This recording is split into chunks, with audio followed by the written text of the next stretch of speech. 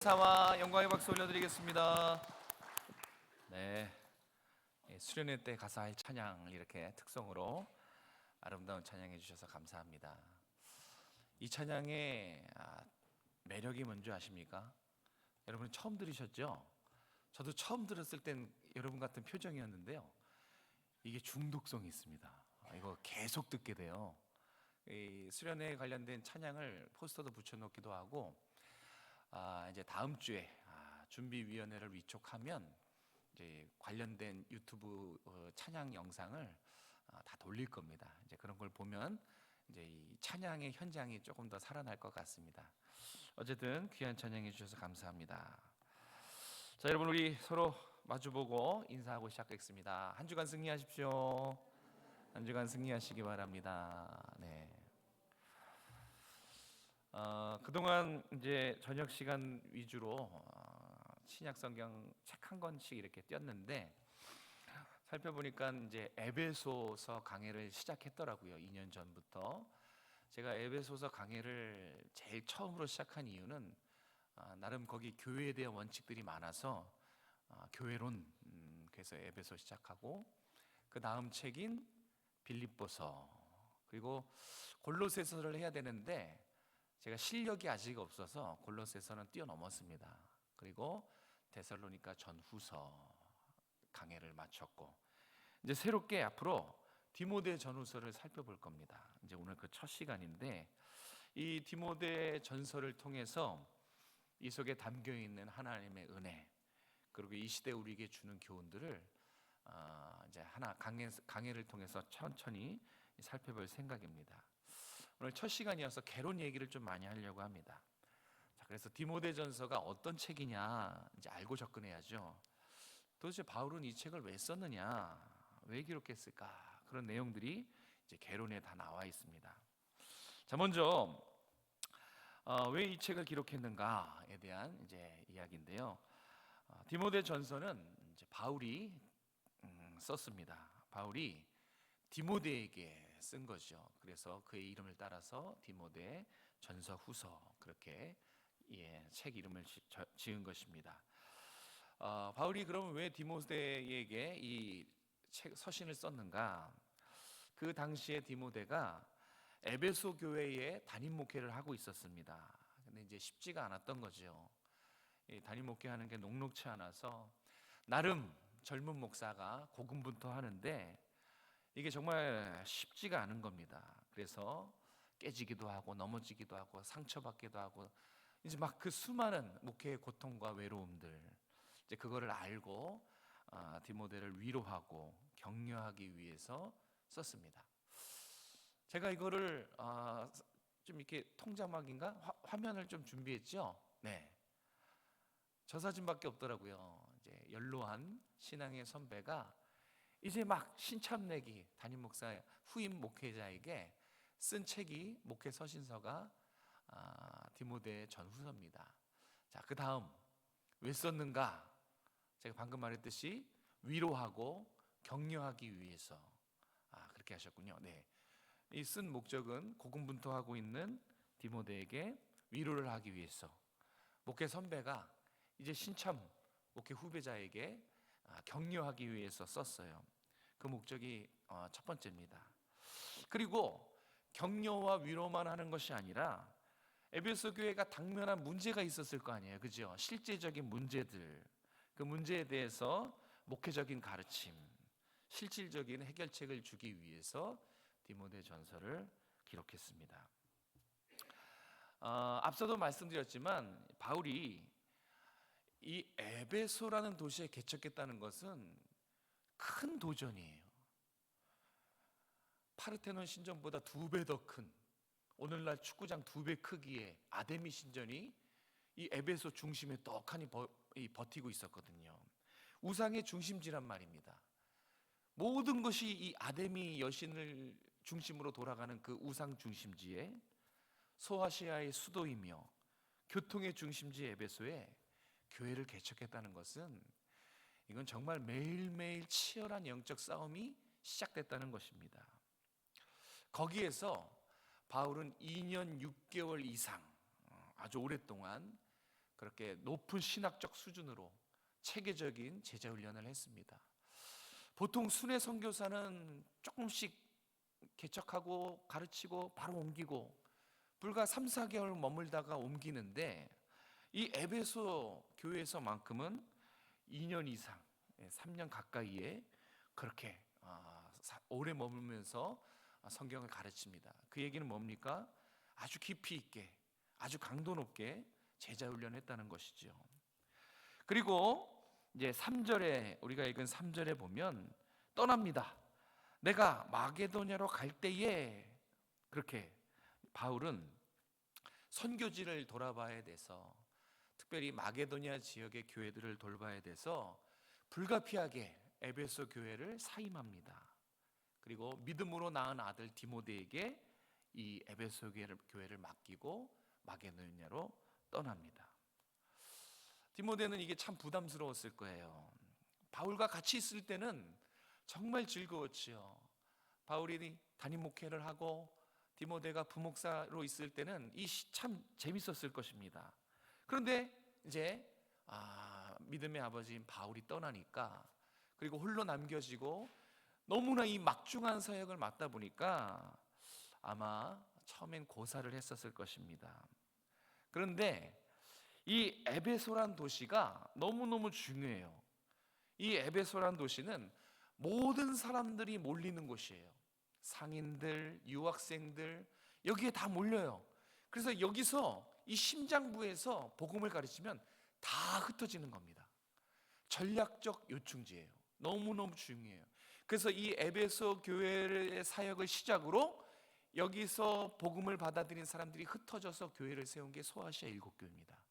소아시아의 시작과 같은 곳이에요. 아주 선교적으로 중요한 전략적 요충지였어요. 그 에베소 교회에 이제 바울 후임으로 디모데가 감당하게 된 거죠. 이게 마침 막상 이렇게 교회의 담임 목회로 후임 목회자로 서 보니까 이게 부교육자 때와는 차원이 다른 거예요. 나이도 어리죠. 목회 경험도 미천하지요. 그래서 너무 힘들었던 겁니다. 너무 힘들어서 거의 탈탈 털리죠.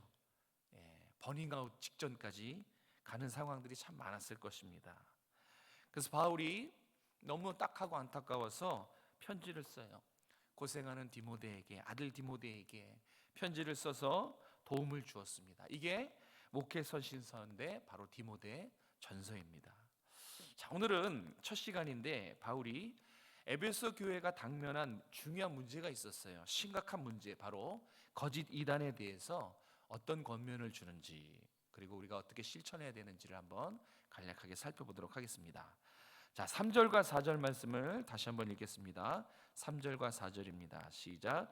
내가 마게도냐로 갈 때에 너를 권하여 에베소에 머물라 한 것은 어떤 사람들을 명하여 다른 교훈을 가르치지 말며 신하와 끝없는 족보에 몰두하지 말게 하려 함이라.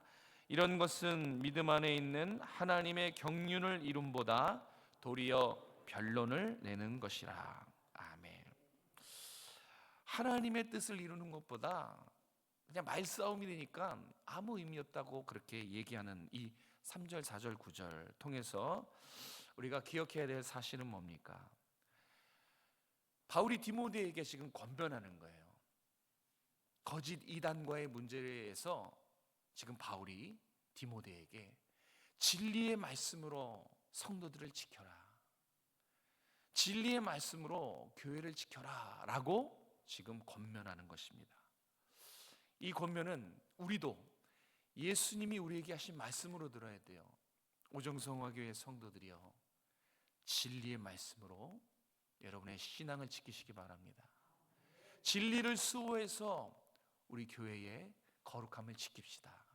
지금 이렇게 말씀해주고 있는 것입니다. 여러분 아멘 하셨죠? 그렇게 살아야 되는 것입니다. 3절과 4절은 바울이 디모데를 불가피하게 에베소 교회에 남겨둔 이유를 설명하고 있습니다. 자, 어떤 사람들이 이제 바울이 마게도냐로 떠나가야 되는데 그 후에 이전에는 없었던 어떤 사람들이 나타나요. 그 사람들이 좋은 사람들이 아닙니다. 바른 교훈이 아닌 다른 교훈을 설파합니다. 그리고 몰래 신화와 족보를 성도들에게 가르칩니다. 다시 말해서 거짓 교훈으로 성도들을 미혹해 했기 때문에 지금 남겨둔 것입니다. 성도들을 지키라고, 교회를 진리의 말씀으로 수호하라고 어떤 사람들, 다른 교훈을 설파하는 이 이단들로부터 교회를 지키라고 남겨뒀죠. 이 에베소에는 사람이 많이 있다 보니까 주류 세력들이 어떤 세력이었냐면, 이 당시에 기독교는 주류 세력이 아니에요. 이 당시에 주류는 철학자들, 그래서 에베소에는 철학자들이 많았고요, 순회 선교사들, 돌아다니면서 가르치는 그런 순회 선교사들, 가정교사들, 그리고 거짓 교사들과 이단들이 이 에베소라는 도시에 특히 창궐했어요. 아주 이들이 영향력을 가지고 기승을 부리고 있었던 곳입니다. 이들이 주류 세력이에요. 이들이 교회를 흔들고 있었다는 것입니다. 이 맞서 싸워야죠. 쉽지가 않은 거죠. 여러분도 해보신 분은 아시겠지만, 이 이단과의 논쟁, 이거 정말 피말리는 일입니다. 이들과의 논쟁이 디모데에게도 참으로 부담스러운 사역 중에 하나였어요. 철학자들이 얼마나 생각이 깊습니까? 또 순회 선교사들은 얼마나 말 잘합니까? 거짓 교사들 밥 먹듯이 거짓말하면서도 진짜처럼 얘기하고, 이들과의 이 입씨름이, 논쟁이 참으로 부담스러웠습니다. 생각해 보십시오. 안 그래도 지금 부담스러워요. 바울의 후임인 것 자체가 부담스럽고, 또 에베소는 선교적 전략적 요충지였기 때문에 지금 어깨가 상당히 무거웠을 것입니다. 그리고 사역의 압박감, 피로도, 또 무게감, 이런 것들이 정말로 디모데에게는 심한 압박감, 장난이 아니었을 것입니다. 그런데 여기에 특별 임무가 추가된 거예요. 거짓 이단들로부터 교회를 지켜라. 이 특별 임무가 지금 부여된 겁니다. 안 그래도 힘든데 이 철학자들과 거짓 이단들과 이거 신학적 논쟁을 하고 변증을 해야 되고, 이것이 얼마나 무거웠을지, 얼마나 그 책임과 임무가 막중했을지 한번 여러분 생각해 보시기 바랍니다. 그런데 다른 건 물러설 수 있어도 이 진리의 싸움은 물러설 수가 없는 거예요. 이거는 조금도 양보가 있어서는 안 돼요. 뭔가 어떤 사역을 좀 미진하고 어떤 부분에서 실수하고 그럴 수 있지만, 디모데에게는 특별히 이 이단과의 진리 싸움은 어떤 경우에도 물러설 수가 없었습니다. 물러서면 어떻게 됩니까? 너무 피곤해, 내가 왜 저들과 저렇게 논쟁을 해야 돼, 귀찮아, 포기했어요. 물러섰어요. 그럼 그 순간 어떻게 되죠? 수많은 영혼들이, 그 수많은 영혼들에게는 내 형제, 내 가족, 내 친구들이 있는 거예요. 말씀 사역자들이, 교회 중직자들이 이단과의 싸움에서 여타 다른 이유로 포기하고 물러서면 그 순간 수많은 영혼들이 멸망하게 되는 거예요. 영원한 멸망에 빠지게 되는 것입니다. 그래서 물러설 수가 없는 거예요. 조금도 이 진리의 싸움에서는 포기가 안 되는 것입니다. 그래서 또 싸우고 또 싸우고 싸운 것입니다. 4절에 보면 여기 신하와 끝없는 족보 이야기가 나옵니다. 이 신하와 족보는 당시 에베소 교회 성도들을 넘어뜨린 대표적인 이단 사상입니다. 신하와 족보가. 이 신하와 족보에는 정말 많은 내용들이 있어요. 그리스 로마 신화가 여기에 한 부분이고, 또 유대인들의 외경도 여기에 포함돼요. 이런 것들은 기독교적인 색채가 없지만 기독교적인 요소도 있어요. 어떤 사람들은 구약 성경을 인위적으로 해석합니다. 사실 이게 더 무섭지요. 성경을 가지고 들이미는 이단들이 더 사실 수준이 높아요. 무섭습니다. 이 신화와 족보에는 성경을 마음대로 해석하고 뜯어 고치고 수정하고 조작하고 날조해서 그렇게 그것이 진리다라고 가르치는 이단들도 있었어요. 그러니까 참으로 어려운 거예요. 겉으로 보기에는 똑같거든요. 근데 속은 거짓 교훈이에요. 그걸 분별하기가 쉽지 않았을 겁니다. 바울이 에베소 교회를 담임 맡고 있는 디모데에게 신화와 족보에 몰두하지 말게 막아라 라고 이야기했다는 것은 뭡니까? 교회 안에 성도들 중에 신화와 족보에 몰두하는 사람이 있었다는 얘기예요? 없었다는 얘기예요? 있었다는 얘기예요. 이 허무맹랑한 이야기를 듣고 넘어가는 성도가 있었다는 얘기예요. 그러니까 하지 말라고 지키라고 말하는 건 아니겠습니까? 성경을 자기 마음대로 해석하고 마구 뜯어고치고 조작하는데 그 거짓 교사에게 홀랑 넘어가는 성도가 있었다는 거예요. 그래서 지금 바울이 디모데에게 성도들을 지켜라, 교회를 지켜야 된다. 어떤 경우가 있어도 신천지에 넘어가거나 하나님의 교회에 넘어가거나 몰면교, 통일교 이런 거에 넘어가지 않도록 성도들을 지켜라 라고 가르쳐주고 있는 것입니다. 여러분, 정말 너무너무 중요한 부분이에요. 저도 정말 공감을 많이 하고 있어요. 반드시 교회는 진리를 수호해야 되고요, 바른 신앙 안에서 성도들을 세워가야 돼요. 안 그러면 세속화라든지 거짓 이단에 빠지기가 쉬워요. 마치 저에게 말하는 것 같아요. 바울이, 최 목사, 진리를 수호해야 돼. 최 목사, 성도들이 이단으로 빠지지 않게 바르게 성경을 가르쳐. 그렇게 들려요. 정말 그렇게 들려요. 우리 같이 세워가야 돼요. 정말 교회는 이 하나님의 진리의 말씀을 무시하고 경외하고 가볍게 여기면 정말 큰일 납니다.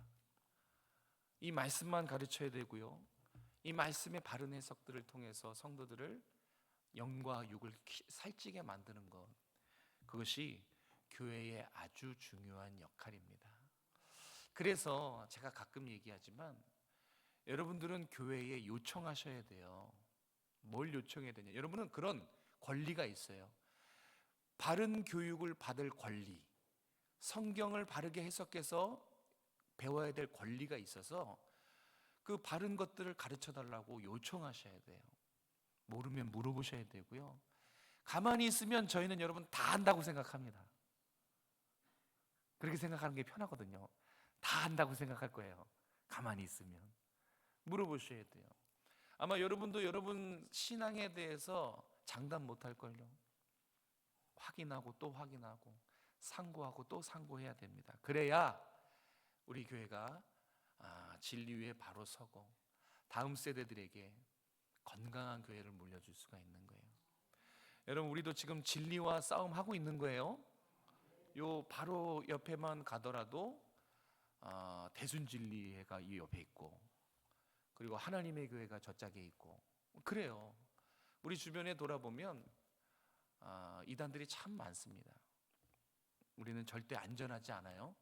우리가 스스로 키워나가야 돼요. 내근을 키워나가야 되고 성장해야 되고, 가만히 있어서는 절대 안 됩니다. 우리 같이 교회를 지키고 가정을 지키고 우리의 신앙을 진리의 말씀으로 계속해서 지켜나가시길 주님의 이름으로 축복합니다. 자, 5절, 6절, 7절을 두 번째 5절, 6절, 7절 같이 읽겠습니다. 시작. 이 교훈의 목적은 청결한 마음과 선한 양심과 거짓이 없는 믿음에서 나오는 사랑이거늘 사람들이 이에서 벗어나 헛된 말에 빠져 율법의 선생이 되려 하나 자기가 말하는 것이나 자기가 확증하는 것도 깨닫지 못하는도다. 아멘. 자, 우리가 이 말씀을 좀 귀담아 들어야 돼요. 뭘 귀담아 들어야 되냐면 자, 저 두 번째 대지입니다. 여러분, 방치하면 이단에 쉽게 빠집니다. 이단을 방치하면 이단에 쉽게 빠져요. 바울이 진리를 수호하고 성도들을 지키라는 그 명령, 디모데에게 그 명령을 내렸잖아요. 앞서 그 명령을 내린 목적을 밝힌 거예요. 5절에 나와 있죠. 이렇게 해서 사랑이다. 이 사랑은 아가페 사랑이에요. 결국 왜 이 명령을 했는가? 왜 이 경계를 디모데에게 경계하라고 했는가? 목적은 결국 사랑 때문입니다. 근데 잘 보시면 이 참 어떤 사랑인지가 분명하게 구체적으로 나오죠. 청결한 마음에서 나오는 사랑, 선한 양심에서 나오는 사랑, 참된 믿음에서 나오는 그런 사랑이라고 분명히 구체적으로 가르쳐줘요. 사랑이다, 아가페야, 이건 숭고한 사랑이다, 그러면 되는데 왜 이렇게 사랑 앞에 수식어를 주렁주렁 달았을까요? 그 이유가 다 있죠. 바로 우리 때문에 그렇습니다. 보통 사랑이라고 생각하면 무조건 포용하는 것, 감싸주는 것, 이거를 사랑이라고 착하기가 쉽기 때문에 그래요. 불쌍해서 받아주는 것 사랑입니까? 아닙니까? 사랑이죠. 사랑입니다. 불쌍해서 받아주는 것 사랑이에요. 부족한 사람 감싸주는 것 사랑입니까? 아닙니까? 사랑이지요. 자, 믿지 않는 무신론자 포용하는 것 사랑입니까? 아닙니까? 사랑이에요. 그런데 무조건 포용은 위험하다는 거예요. 우리가 보통 사랑하면 감정적으로 접근해서 감싸주려고 하고 측은지심이 막 마음속에서 일어나고 막 그러잖아요. 그래서 사랑이다라고 말하지 않고 그 앞에 수식어를 단 거예요. 왜? 거짓을 포용하는 것은 사랑이 아니기 때문에 그래요. 고린도전서 13장에도 분명히 이런 말이 있어요. 사랑은 진리와 함께 할 때 사랑이다. 그렇게 진리와 함께 할 때 기뻐한다고 하지 않습니까? 그때 사랑인 거예요. 사랑이라는 이름으로 거짓을 포용하는 것, 이것은 어리석고 미련한 짓이지 결코 사랑이 될 수가 없어요. 진리 안에서, 말씀 안에서, 그 안에 있을 때 사랑이 진짜 사랑이라는 것입니다. 바울은 사람들이 인간관계에 약하고 감정에 약하다는 사실을 잘 알고 있었던 것입니다. 우리도 그럴걸요. 여러분 주위에 이단들 한 달이 거치면 있을 겁니다. 불쌍하지요. 잘못 가고 있으니 불쌍하지요. 우리 교회에 있다가 또 이단으로 가신 분들도 계세요. 불쌍합니다. 그래서 관계를 끊지 못하고 잘해줘요. 잘해줍니다. 그는 이단이지만 여전히 내 친구이면 틀림이 없고, 그는 이단에 넘어갔지만 여전히 나와 친한 사이인 것은 틀림이 없죠. 그래서 하는 말이에요.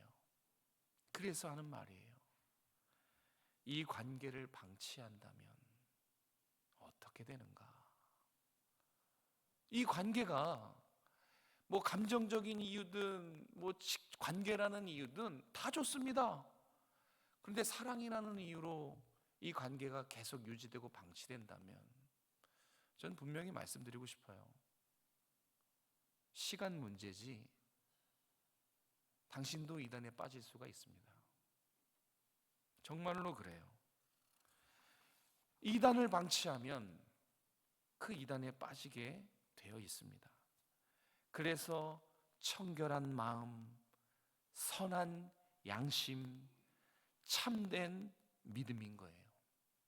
다시 말해 분별력 있는 사랑, 진리에서 분별할 수 있는 이 사랑이야말로 참된 사랑이다. 아무거나 다 포용하는 것이 아니라 거짓까지 포용하고 감싸는 것은 사랑이 아니라는 거예요. 분별할 수 있잖아요. 분별해야지 사랑이라는 것입니다. 그렇지 않으면 그들과 토론하고 논쟁하고 어울리다 보면 어느샌가 여기 보세요. 헛된 말에 빠진다. 성경이 말씀하시는 거예요. 헛된 말인지 처음에 알지만 자꾸 듣다 보면 뭐야, 정말인가?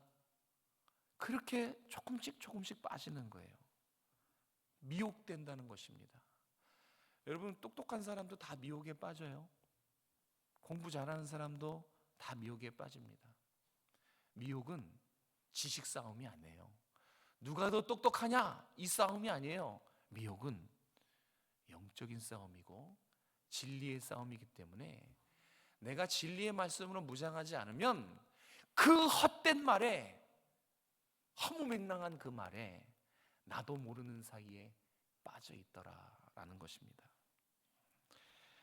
여러분 주위에 신천지 교인, 통일교 교인, 몰몬교 교인, 그 마릴 성도 예수 그리스도의 교회, 그런 성도, 하나님의 교회 등 이런 이단에 빠진 영혼들이 있다면 여러분들 특별히 조심해야 될 겁니다. 오늘은 그분들이지만 그 다음은 여러분들이기 때문에 그렇습니다. 절대 방치하지 말란 얘기예요. 내 주변에 있으면 그대로 놔뒀다가는 안 된다는 것입니다. 그대로 놔뒀다가는 나도 이단에 넘어갈 수 있는 상황이 커요. 여러분들 다 꿰뚫어 보고 있어요. 정말로 다 꿰뚫어 보고 있습니다. 정말 정신 차리고 깨어 있지 않으면, 목숨 걸고 이 이단의 침투를 막지 않으면 안 돼요. 나도 모르는 사이에 넘어가는 것입니다. 이단의 목회자들도 많이 들어갔어요. 전도사들도 많이 들어가고, 장로님, 권사님, 집사님, 그들은 우리와 같은 신앙을 배우지 않아서 거기 빠졌습니까? 그들은 좀 바보 같고 멍청해서 거기 빠졌습니까? 안 그래요. 가볍게 생각했기 때문에 그렇습니다. 정신 차려야 돼요. 내가 내 신앙을 스스로 지킬 수 있는 강인한 신앙인이 돼야 될 줄로 믿습니다. 제가 늘 공식처럼 말하는 얘기가 있죠. 저는 과천에 있을 때 워낙 신천지에 대한 그 폐단, 이런 걸 다 보고 있어서 이게 얘기가 나와서 이번 주 저녁 동영상은 한 2주간 안 나올 겁니다. 이게 제가 이름을 딱 말하면 동영상에 안 나오더라고요. 한 2주 지나면 나오긴 해요. 어차피 이름 다 얘기했으니까. 그 신천지의 폐단들을 제가 다 알아요. 그런데 하나같이 똑같아요. 신천지에 빠지잖아요. 내 자녀, 내 동생, 내 친구가 빠지잖아요. 그 영혼은 반드시 인생 종치입니다. 가족관계 다 깨집니다. 그 영혼은 파멸에 이르게 될 것입니다. 이게 이단들의 무서운 점이에요. 여러분, 절대 교회 밖에서 성경 공부하지 마십시오. 신앙 상담 절대 교회 밖에서 막 누가 요구한다 하지 마십시오. 99.99%는 이단일 가능성이 큽니다. 그 0.00001 때문에 공부하러 간다는 건 있을 수가 없다는 얘기예요. 가지 마십시오. 교회 안에서 다 가능해요. 이단들이 가끔 보면 그 수법이 우연을 가장한 접근을 참 잘해요. 어떻게 이럴 수가, 여기서 다시 만나네요. 이건 무슨 뜻이 있는 거예요? 개뿔. 무슨 정말 아니에요, 여러분들. 제가 그걸 어떻게 아냐면, 저 비산동에 살 때 그 옆에 아이 새 키우는 집사님이 계셨어요. 근데 이 집사님 얘기를 듣고 정말 혀를 내둘렀어요. 야, 정말 대단하다. 이분이 너무 힘들어서 그 앞에 문화교실, 그 왜 마트 문화교실 있잖아요. 거기 누구 소개로 갔어요. 근데 거기 A, B, C, D 4명의 이미 그 문화센터의 회원 아줌마들 4명이 있었는데 그 4명도 다 이미 신천지 사람들이었어요. 우연을 가장했지요. 다 이미 세팅된 장소에 물고기예요. 끌어들인 거야. 그러면서 이 한 사람을 구워 삼는 거예요. 매일 빵 사주고 친절을 가하다가 나중에 어떻게 해서 신천지라는 게 발각이 됐어요. 정말 하나님의 은혜죠. 이 집사님네 교회에서 신천지 수법을 그 며칠 전에 알려줬대요. 그래서 눈치를 챈 거예요. 네, 여기서 안 끝나요. 관계를 끊고 문화생활 안 나가고 집에 가는데 집을 어떻게 알고 찾아와가지고 매일 집 문에다가 빵을 걸어놓고 가요. 한 달 동안. 그 앞에서 대기하고 있다가 나오면 아유 어머니 하면서 무슨 이 우연을 가장해요. 온갖 설정을 다 만들어 놓고 거짓말 우연을 가장해서 결론은 뭔지 아십니까? 아는 데가 있는데 가서 성경 공부 좀 합시다. 그래요. 요즘엔 우리 청년들 조심하세요. 취업 박람회를 미끼로 해요. 그래서 상담 한번 받아보자. 그러면서 이제 한편에 강의를 하고 이제 상담서를 쓰게 해서 그 뒤편에 이제 의자와 테이블이 이렇게 일렬로 나란히 한 8개, 7개가 있어요. 그러면 상담사 8명이 쪼로로 앉아 있고 그 상담 신청한 사람이 그 의자에 앉아서 상담을 받는데 그 상담사가 누구냐면 이미 심어놓은 신천지 교사들이에요. 그렇게 해서 전화번호 다 따고 계속 접근하는 것입니다. 그러면서 결론은 또 뭐냐? 아는 데가 있는데 성경 공부하러 갑시다. 제가 거짓말인지 한번 여러분들 찾아보십시오. 이거보다 더한 것도 훨씬 많아요. 저는 정말 극히 일부분만 알고 있는 거예요. 사랑하는 성도 여러분, 신천지에 빠진 사람들, 그들도 그들이 거기 빠질지 몰랐던 사람들이에요. 그들도 처음에는 헛된 말이 누가 빠져? 바보들이나 빠지지 라고 얘기했던 사람이 거기 다 가 있어요. 진짜 깨어 있어야 돼요. 이 진리와의 싸움은 포기해서도 안 되고 물러서도 안 되고 한치의 양보도 없는 싸움이에요. 오직 진리의 말씀, 이 진리의 말씀을 창념해서 달라붙어서 그렇게 진리에 서 있지 않으면 정말 안 됩니다.